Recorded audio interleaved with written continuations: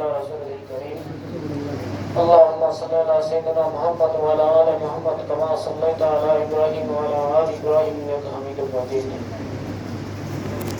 আজকে আমাদের 2023 সালে কামিল ফাইনাল পরীক্ষার্থীদের বিদায় অনুষ্ঠান। আমাদের এই মতিল কামিল মাদ্রাসা, আমরা এই মাদ্রাসায় প্রতি বছর আমরা কামিল পরীক্ষার্থীদেরকে বিদায়ের সময় আমরা গেস্ট দিয়ে থাকি এবং আমাদের মেহমানদেরকে আমরা গেস্ট দিয়ে থাকি এবং সামান্য কিছু উপহারও দিয়ে থাকি। আমরা শুরু থেকেই এই কাজটা করে আসছি। তারই ধারাবাহিকতায় আমাদের সম্মানিত শিক্ষকগণ, মুহাদ্দিসগণ, মুফতি ফকিহ মুফাসসিরগণ অক্লান্ত পরিশ্রম করে এই অনুষ্ঠানের আয়োজন করে। আমি আমাদের শিক্ষকদের প্রতি এবং শিক্ষকদেরকে আমি ধন্যবাদ জানাই।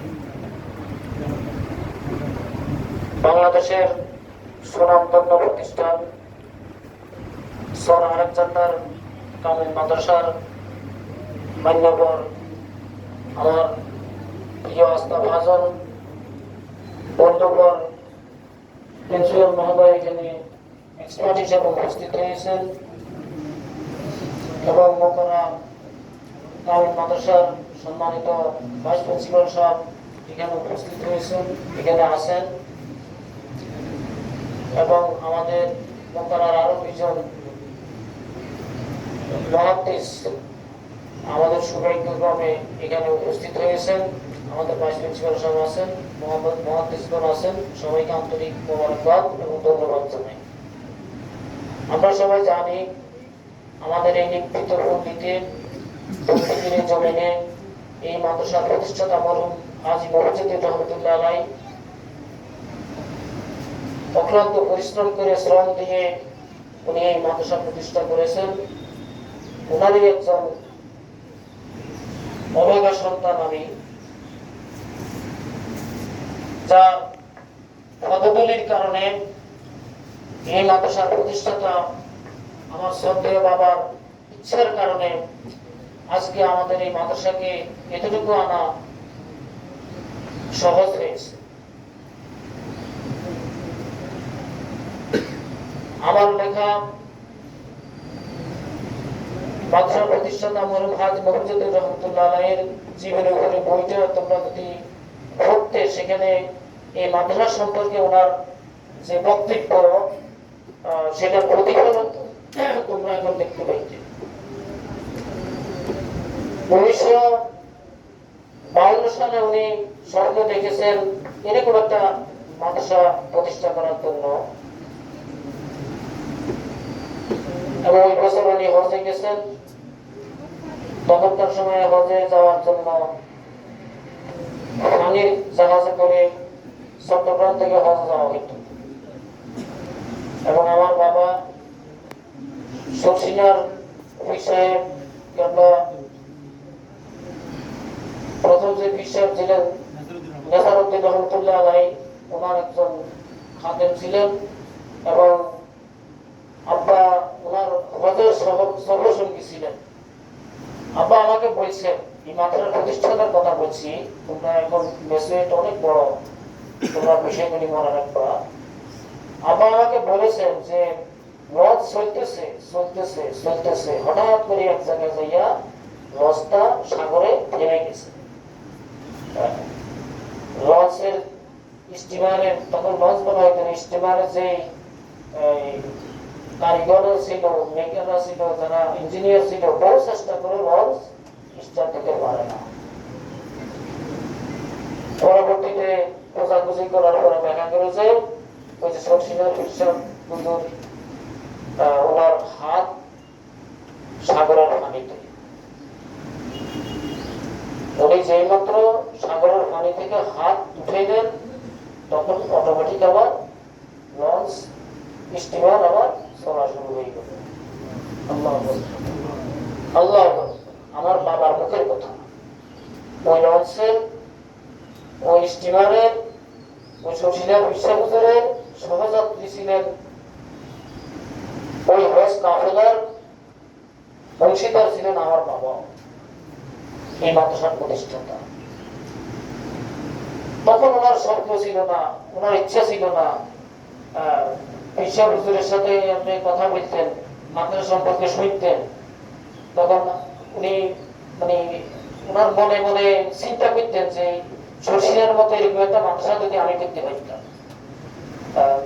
উনি একজন ব্যবসায়ী ছিলেন, আমার বাবা চাঁদপুর পুরান বাজার 50 বছর ব্যবসা করেছেন। নদী ছিল অনেক সুনামধন্য একজন ব্যবসায়ী ছিলেন, প্রতিষ্ঠিত ব্যবসায়ী ছিলেন। তখনকার সময় এখন যেভাবে হজের নিয়ন্ত্রণ, কাবা শরীফের নিয়ন্ত্রণ তখন এরকম ছিল না। কাবার নিয়ন্ত্রণ নর্মাল ছিল। তো কাবার হেরেমের ভিতরে এই মাদ্রাসার প্রতিষ্ঠাতা হাজী মুহাজ্জিদুর রহমতুল্লাহ আলাইহি কাবাকে ঘেঁষে উনি ঘুমিয়ে পড়ছেন। রাত্রে উনি স্বপ্ন দেখেছেন এই মাদ্রাসা প্রতিষ্ঠা করার। হজ থেকে এসে উনি মাদ্রাসা প্রতিষ্ঠা করেছেন এবং মাদ্রাসা প্রতিষ্ঠাকালীন সময়ে শশীর বিশ্বহুজুরও এখানে এসেছেন এবং আমিও আমার ছাত্র জীবনে বহুবার মক্কার বিশ্বহুজুর আমার মাদ্রাসায় এসেছেন। আমি আপনাদের এখানে বাইরে নিয়ে দিয়েছি, আগে আমি হুজুরের মাদ্রাসা জিয়ারত দেখছি, পরে আমি অফিসে গেছি। হুজুর আমাদের কাছারিতে ছিলেন, হুজুরের আলগা দাঁত ছিল। আমি বন্যা দিয়া পানি দেখছি, হুজুরে উজু করছি, তখন আমি ছাত্র ছিলাম। আমার বাবা আমাকে দিয়া এই সমস্ত বড় বড় বিশ্বদের ওলামায়ে কেরামদের খেদমত করাইছে। ওই যে গাজীপুরের সাবেক প্রিন্সিপাল আব্দুল মজিদ রহমতুল্লাহ আলাইহি উনিও মাহফিলে আসতেন। তারপরে শশীনাথ বিশ্বহুজুর আসতেন, বিশ্বহুজুর আসতেন, সোনাকান্দার বিশ্বহুজুর আসতেন। এদের সহমত আমি পাইছি, এদের সহমত পাওয়া আমার সৌভাগ্য হয়েছে।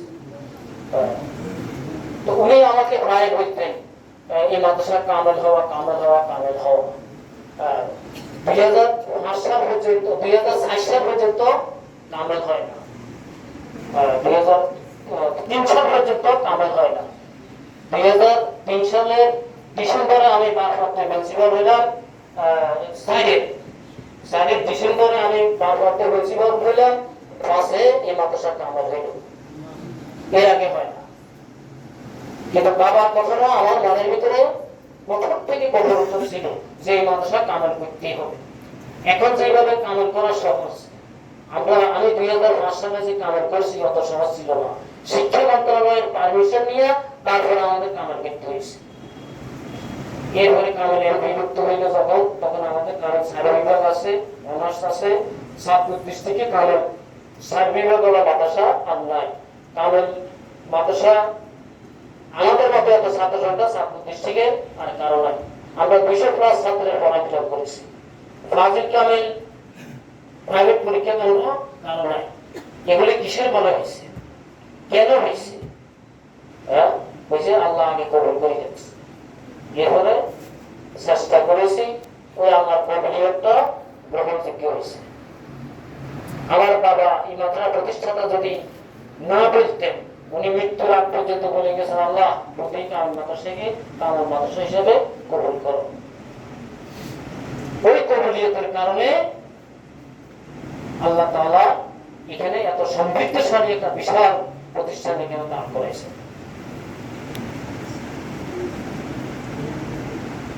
এখন আমি তোমাদের কাছে কথাগুলি স্পষ্ট বলি।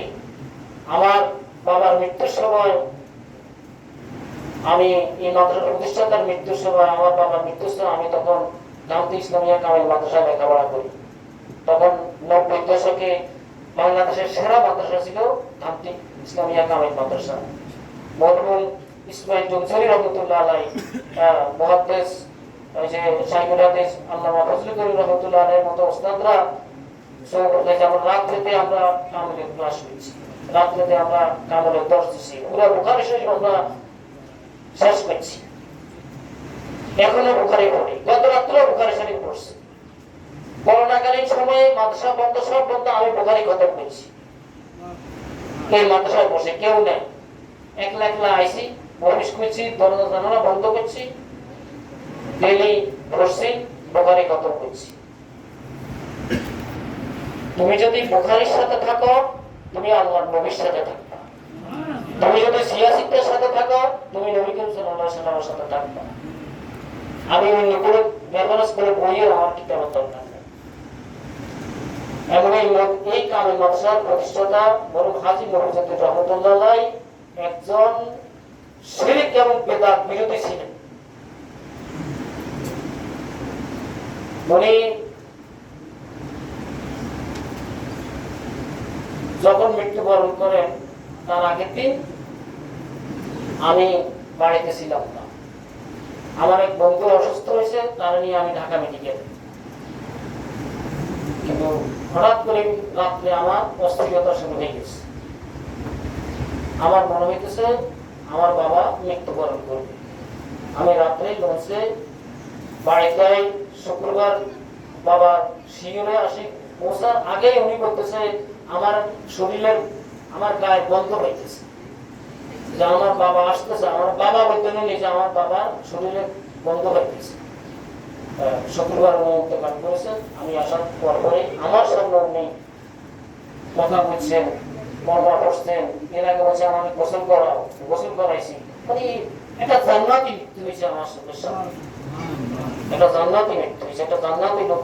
আমার বাবাকে দাফন করেছি, আমি নিজে জানাজার নামাজ পড়াইছি, ওনার ওসিয়তে, বাবার ওসিয়তে জানাজার নামাজ পড়াইছি। এবং মাদ্রাসার সামনে ওনাকে বলছি যে বাবা আপনাকে ওই দিন মৃত্যুর দিন আপনাকে কোথায় দাফন করবো? উনি বলতেছে আজকে আমি চলে যাবো, আজ শুক্রবার, আজকে আমি চলে যাবো।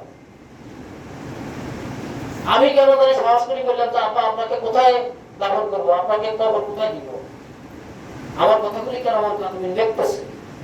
আমি যে তোমাদের কাছে বলতেছি মাদ্রাসার মাহাত্ম্য, আমার বলতেছে যে বাবা আমার এমন ভাবে কবর দিবা যাতে করে মাদ্রাসার ছাত্র শিক্ষক আমার কবরের উপর দিয়া যাতায়াত করে।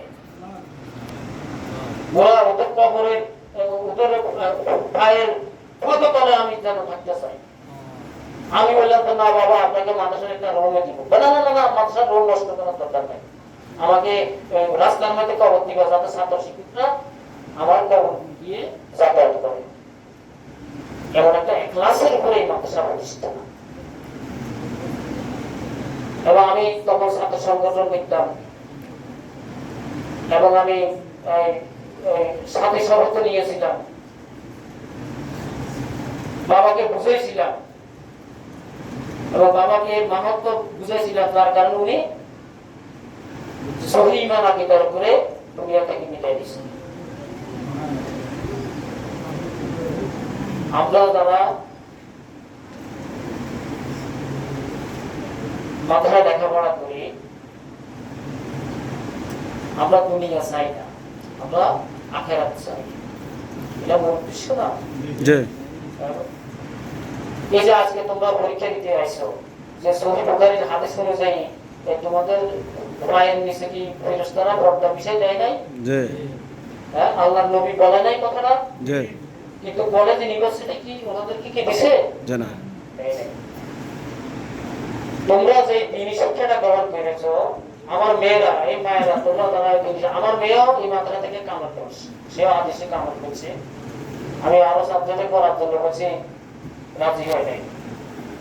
আমার 3 ছেলে 2 ছেলে এই মাদ্রাসায় লেখাপড়া করেছে, এখন ওরা উচ্চশিক্ষার জন্য বাইরে আছে। আমার সবাই দেখে লেখা মাদ্রাসা, মেড ইন মাদ্রাসা। তুমি মনে করবে না যে তুমি মাদ্রাসায় লেখাপড়া করলে তুমি ধ্বংস হয়ে গেছো। না না, তুমি যদি সহিহ আকীদার উপরে থাকো, তুমি যদি সহিহ বুখারীকে বুকে ধারণ করে থাকো, ওলামায়ে মাশায়েখ ওলিয়া আউলিয়াদের দিক নির্দেশনাকে যদি তুমি বুকে আঁকড়ে ধরে থাকো, তুমি যদি ওদের সোহবত গ্রহণ করে থাকো, ওদের সাথে থাকো, তোমার কোনো ভয় নেই, তোমার কোনো ভয় নেই। কোন ওলিয়া উলিয়া, কোন পীর মাশায়েখ কি বলে যে তুমি সিনেমা চাও, তুমি সুদ খাও, তুমি ঘুষ খাও, তুমি ওই যে টাউগিরি করো, এগুলি বলে না? সবাই তো বলে দিনের পথে থাকার জন্য। কিভাবে জান্নাতে যাওয়া যাবে? এক একজন এক এক পথ নাই করে। ওই শশীনের একটা পথ, পুরো মিয়ার এক পথ, তারপরে ওই যে রামদেব বিশ্বাস বুজুর্গ এক পথ। অবশ্য মূল গোড়া সবাই আমি অ্যানালাইজ করে দেখছি যে শর্ষিনার গোড়াই বেশি, ফুরফুরা মানে ফুরফুরাই বেশি। আমি ফুরফুরা তো আমার শরীরে বেশি, ফুরফুরা লেখেন। এই যে আমি এই যে ইন্ডিয়া গেছি, সেখানে নিজামুদ্দিন আউলিয়ার কবর জিয়ারত করেছি। আমাদের খাজা মাইনুদ্দিন চিশতি রহমাতুল্লাহ কবরও গেছে, সেখানেও আমি জিয়ারত করেছি। যারা ফেসবুকে আছে আমার সাথে দেখছে। আমি কেন সেখানে গেছি, কেন কি জন্য গেছি? হয়তো শাহরাস্তি রহমতুল্লাহ আলাই যদি আমাদের এই শাহরাস্তিতে না আসতো, তাহলে এখানে ইসলাম আসতো না। আমরা হয়তো হিন্দুই থেকে যেতাম। হয়তো শাহরাস্তি রহমতুল্লাহ আলাইয়ের জীবনের উপরে লেখা আমার 200 পৃষ্ঠার বইটা কে কে দেখছো? দেখি তোমাদের মধ্যে কেউ আছে? কে কে দেখছো আমার বইটা? আমি আজ থেকে প্রায় 20 বছর আগে যখন প্রবাসক আরবি ছিলাম, তখন এই বইটা দেখছি। হয়তো শাহরাস্তি রহমতুল্লাহ আলাইয়ের জীবন কর্ম, ওটা গুগলে আছে বইটা। তুমি গুগলে হয়তো শাহরাস্তি রহমতুল্লাহ আলাইয়ের জীবন কর্ম সার্চ দিলে ওইখানে ওনার জীবনের উপরে পুরো বইটা পাই যাবে। হয়তো শাহরাস্তি রহমতুল্লাহ আলাই একজন মুহাদ্দিস ছিলেন, এবং উনি যে মাদ্রাসার মুহাদ্দিস ছিলেন, ওই যে সোনারগাঁ, ওই মাদ্রাসা আমি পরিদর্শন হইতেছি। তোমরা কি জানো ওই মাদ্রাসাটা কোথায়? ওই মাদ্রাসার যিনি মোহতামিম ছিল, ওনার কবরও আমি জিয়ারত করেছি সোনারগাঁয়ে, আজ থেকে 700 বছর আগে, 1300 শতাব্দী। বাংলাদেশে দর্শে হাদিস কিভাবে আসছে? উলিয়া উলিয়াদের মাধ্যমে আসছে। যখন শাহরাস্তি রহমতুল্লাহ আলাইহি একজন জেনাতরা লোক ছিলেন, উনি একজন আলেম ছিলেন, একজন মুহাদ্দিস ছিলেন। তখন সোনারগাঁ কেন্দ্রিক সারা বাংলাদেশ পরিচালিত হইত। ওইখানকার দর্শে হাদিসের মাদ্রাসার উনি শিক্ষক ছিলেন। ওই মাদ্রাসার এখনো যে হাদিস রাখার জন্য এবং পড়ার জন্য যে ঘরগুলি এখনো আছে, তোমরা না দেখলে, তোমরা হাদিসের কি নিয়ে এই দেশে ইসলাম প্রচার নিয়ে, ইসলামের ধারক বাহক নিয়ে, ধারক বাহক দ্বারা তোমরা বুঝতে পারবে না কিভাবে দেশে ইসলাম আসছে, কিভাবে হাদিস প্রচার হয়েছে।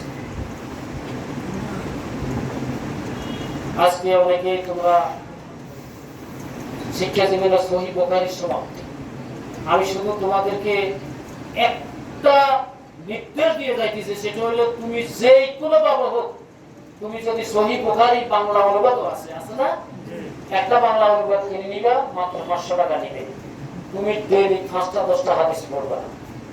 তুমি যদি বাংলাতে অনুবাদ গুলো পড়ো, তোমার এই কলমের মধ্যে হাদিসের একটা এলেম আসবে, নবী করিম সাল্লাল্লাহু আলাইহি ওয়াসাল্লামের একটা প্রেম ভালোবাসা আসবে, এবং এই কারণে তুমি রাসূল সাল্লাল্লাহু আলাইহি ওয়াসাল্লামকে স্বপ্ন দেখাও, তোমার জন্য সহজ হয়ে যাবে।